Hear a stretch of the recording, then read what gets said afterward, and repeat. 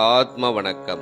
ஆத்மபிதா சுவாமி சிவானந்த பரமஹம்சர் அவர்கள் அருளிய விஷ்ணு இல்லை என்றால் பிரம்மாவும் சிருஷ்டியும் இல்லை. குருவே, உலகத்தில் இதுவரை கருதியதற்கு நேர் விரோதமாக இப்போது கற்பிக்கின்றீர்கள். பஞ்சபூதங்களை பற்றி சொன்னபோது அகங்காரம், மனம், ஜீவன் இவையாகும் பிரம்மா, விஷ்ணு, சிவன் என்று சொல்லி இருக்கிறீர்கள் அல்லவா? எனில் உலகில் பரம்பரையாக சொல்லி வருவது மும்மூர்த்திகளாகும் சிருஷ்டி, ஸ்திதி, சம்ஹாரம் செய்வதென்றும், அதில் பிரம்மா ரஜோகுணம் என்றும், விஷ்ணு சாத்வீக குணம் என்றும், சிவன் தமோ குணம் என்றும் ஆகும். அதனால் இவ்விஷயத்தை பற்றி தெளிவுபடுத்தி சொல்லித் தருமாறு வேண்டுகிறேன். உலகம் என்பது உண்மை தத்துவத்திற்கு விபரீதமாக உள்ளதாகையால் விபரீதமாக தோன்றுவதாகும்.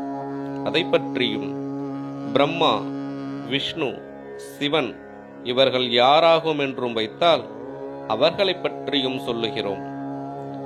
பிரம்மாவானது அகங்காரமும், விஷ்ணுவானது மனமும், சிவனானது ஜீவனும் ஆகும் என்பதை பற்றியும் 5ஆம் அத்தியாயத்தில் விவரிக்கப்பட்டிருக்கிறதல்லவா?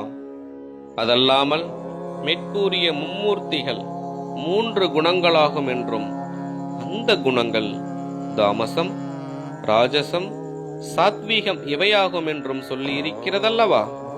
எனில் சிவன் தாமச குணமாகும் என்றும், விஷ்ணு சாத்வீக குணமாகும் என்றும், பிரம்மா ராஜச குணமாகும் என்றும் நீங்கள் இப்பொழுது சொல்லுகிறீர்.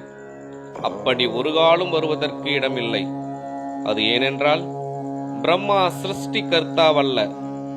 பிரம்மா என்பது அகங்காரமாகும். அந்த அகங்காரமாகிய பிரம்மா மனதில் இருந்தாகும் உண்டானது. அந்த மனமாகும் விஷ்ணு. அதெப்படி என்றால் விஷ்ணுவினுடைய நாபியில் இருந்தாகும் பிரம்மா உண்டானதென்று சொல்லுகின்றனர். அப்பொழுது விஷ்ணு இல்லை என்றால் பிரம்மாவும் சிருஷ்டியும் இல்லை. நீர் பிரம்மாவாகும் சிருஷ்டித்ததென்று சொல்லுகிறீர். சிருஷ்டிகர்த்தாவாக இருக்கின்ற பிரம்மா விஷ்ணுவில் இருந்து உண்டானதென்றும், அந்த பிரம்மாவாகும் சிருஷ்டித்ததென்றும் வந்தால் அந்த பிரம்மனை சிருஷ்டித்தது விஷ்ணுவாகும். அதனால் விஷ்ணு இல்லை என்றால் பிரம்மாவும் சிருஷ்டியும் இல்லை. ஆத்ம வணக்கம்.